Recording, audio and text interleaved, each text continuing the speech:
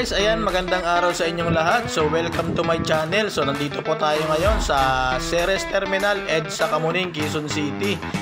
Ayan, inyo po nakikita itong mga Ceres stores, yellow bus. So nakapila ngayon, paalis na itong ating 11931 biyaheng Cubao, Gensan via Cagayan de Oro, Osamis at Iligan. So ayan guys, at dinadaanan po niyan guys mga Panay Island, Katiklan hanggang Iloilo, tapos Bacolod, Dumaguete, tapos Dipolog. So tatlong beses po yan sumasakay ng barko.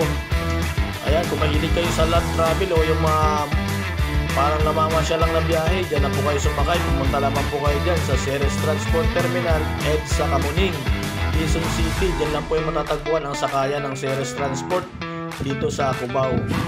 So lahat po ng sakay ng Ceres mula papunta ng Mindoro, Panay Island, Negros at Mindanao, dyan lamang po ang sakayan sa EDSA Kamuning Ceres Terminal. So katabi lamang po yan ng Meralco Business Center, kaya napakadaling hanapin po yan.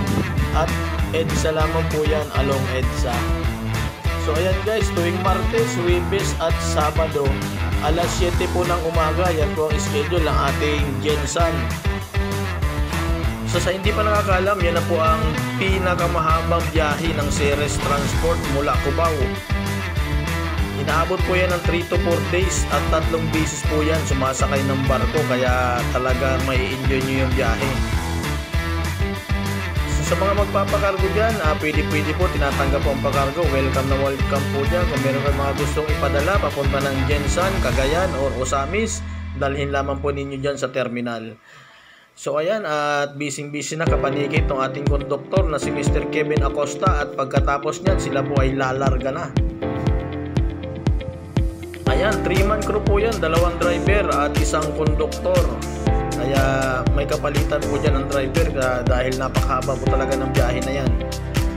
Ang pamasahe po natin dyan, 6,450. Kasama na po dyan, included na ang mga terminal fee at mga ferry boat fare.